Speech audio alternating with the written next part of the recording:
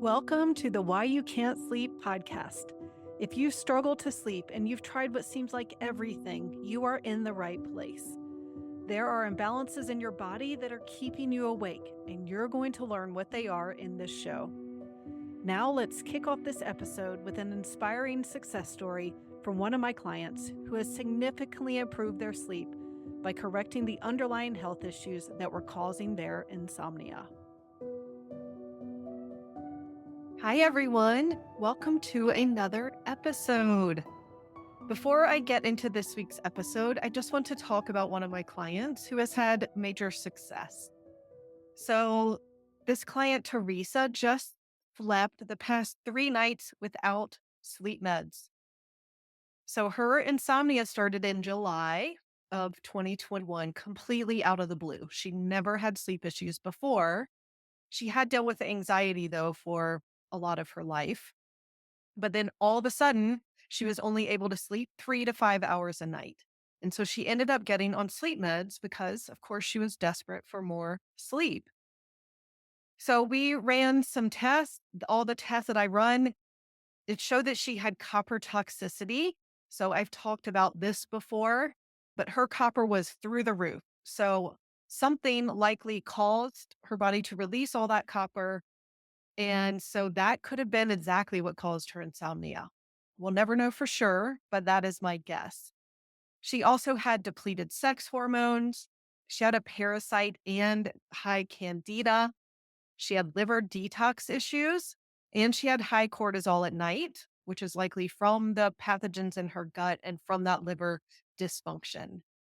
And so she had a lot of these imbalances for years, most likely, but something put her over the edge that led to her insomnia. And so only 4 months after we started to work together, she stopped the Ativan and is sleeping well. And this could be you too. So all of my clients are similar in that they have more than one thing that's causing their sleep issues. And so that's why I do multiple tests. So we find everything so we don't miss anything. All right. So today I want to talk about hormones. And this client, Teresa, also did have depleted sex hormones. So this relates to her as well. But pretty much every single one of my clients has some kind of hormone issues. Some are too high, some are too low. But either way, they aren't feeling well, they aren't sleeping well, and their hormones can be a big part of the problem. Now, we tend to think of hormones as a women's problem, but my male clients also have hormone imbalance. So this isn't just about women. Now, when I talk about hormone, cortisol is, of course, one of those hormones that is likely out of balance. So a lot of my clients have high cortisol, especially at night. So we see this direct cause of why they aren't sleeping. Or sometimes cortisol levels are actually low. They've become depleted over time. And then the body resorts to adrenaline when there's stress and inflammation. And that makes, those symptoms of racing mind, racing heartbeat, things like that, even worse when there's adrenaline involved. Or sometimes I see fluctuations in cortisol throughout the day that explains why people have more energy and less energy at certain times of the day. Now, of course, by hormones, we also mean sex hormones. So low estrogen and progesterone can definitely cause sleep issues, as well as high testosterone. And then melatonin is a hormone as well that I look at. So when we think of hormones, we want them to all be in balance with each other. So if you think about a symphony, you want all of the musical instruments to be playing at the same tempo, the same volume, the same key for it to sound really good, right? And if one of those instruments, let's say the clarinet, gets out of key and starts playing too loud, it's going to ruin the entire symphony. And it's the same with our hormones. If one gets out of balance, and it affects all of the others. So we want them all in balance together. Now, low estrogen and low progesterone can cause insomnia as well as many other symptoms. And some of those symptoms are similar. So hot flashes, headaches, weight gain, depression, anxiety, mood swings can be from both low progesterone or low estrogen. So you never want to guess and say, oh, I looked up online and I have some symptoms of low estrogen. I'm going to go to the health food store and get estrogen cream, which you can do. Now, if your problem was low progesterone and you start adding estrogen, you're just making things worse. So you definitely want to get tested and not just guess about hormones. Now, low estrogen tends to cause additional symptoms of lethargy, fatigue, and brain fog, whereas low progesterone causes more like irritability, feeling stress, nervous, jittery, sugar cravings, high or low blood sugar. So there are some differences there as well. So you can definitely get your hormones tested by a doctor and you can, you know, be prescribed estrogen or progesterone hormone replacement therapy. And this might help alleviate some of your symptoms, which is great. But it's not getting to the root of the problem because sex hormones become depleted for a reason. And it's usually because of long term ongoing stress. And this is what happens. So, when your body constantly has to make cortisol to deal with stress, and this can be mental stress, and this can also be physical stress in your body that you don't even know is there. So, the kinds of things that I test for. But when your body's constantly making cortisol to deal with stress, then it takes all those resources away from making your sex hormones. So they're all steroid hormones. They all are made up of the same building blocks. And so if your body's focusing on cortisol, it's not making sex hormone. This is actually what helps us survive because our body's always going to prioritize what it thinks is survival in the moment versus reproduction, right? If you're super stressed all the time, your body needs to deal with that. It's not going to want you to reproduce and have babies because you're not in a healthy place to do that. These depleted sex hormones are usually the end result of that chronic stress. And so I see this in a lot of my older clients, especially once people get in their 50s and 60s and they've had decades of ongoing stress. And so that's how long it can take to become depleted over time.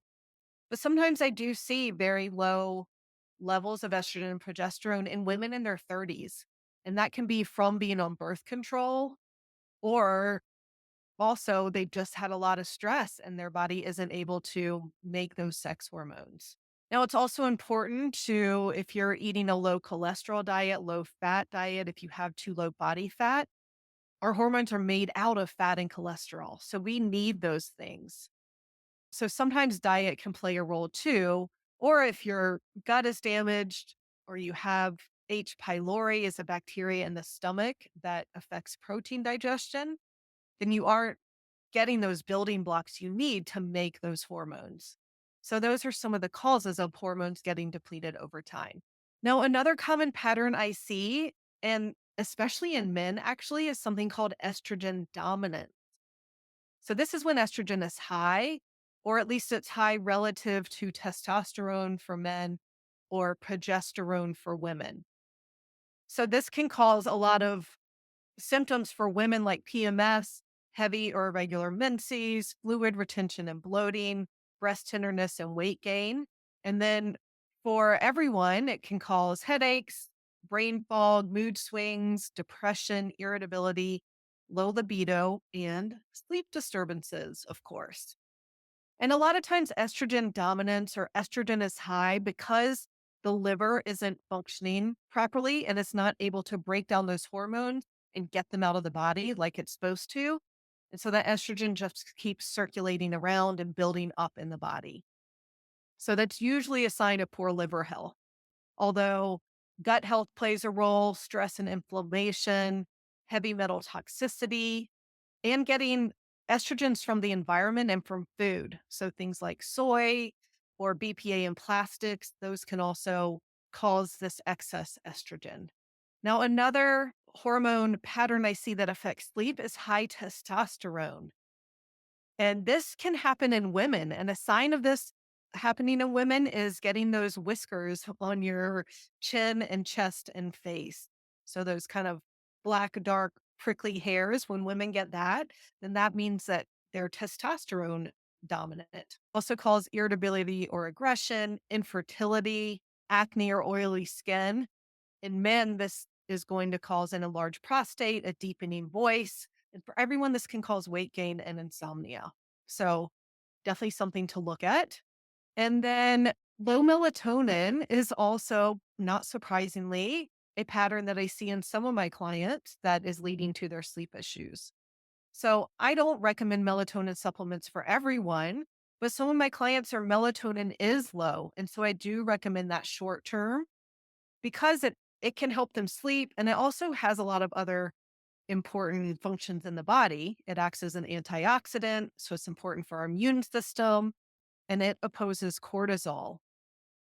But I really see low melatonin as a window into gut health because 90% of melatonin is supposed to be made in the gut by the good bacteria there.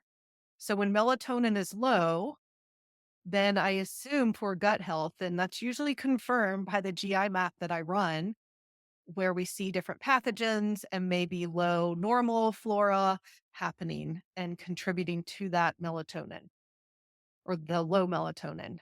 So again, a lot of times I will recommend supplements short term for melatonin while we work on rebuilding gut health so they aren't taking that forever. And that's also what I recommend, for hormones in general is, okay, let's get to the root of it. Let's find out what's causing your body to be stressed. So your body doesn't have to focus as much on making cortisol and it can make your sex hormones instead so that you don't have to take these hormone supplements forever. All right, everyone. Thanks for listening, and I will see you next time.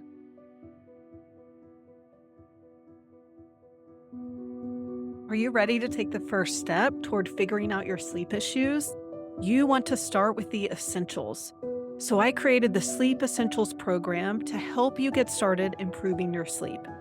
It's based on what I start with for my one-on-one clients, so it's things that everyone needs to address. This program has 4 modules so you can learn about what really causes sleep issues and how to optimize your diet and blood sugar for better sleep. It also has 5 bonuses, such as how to calm your nervous system, how to exercise for your best sleep, and how to get off sleeping pills. It comes with videos, handouts, and checklists so you can start implementing right away. The cost is normally $37, but for being a listener of this podcast, you can use code SLEEP20 to get $20 off, making it a steal for $17. Sign up today at thesleepdetective.com/sleep essentials.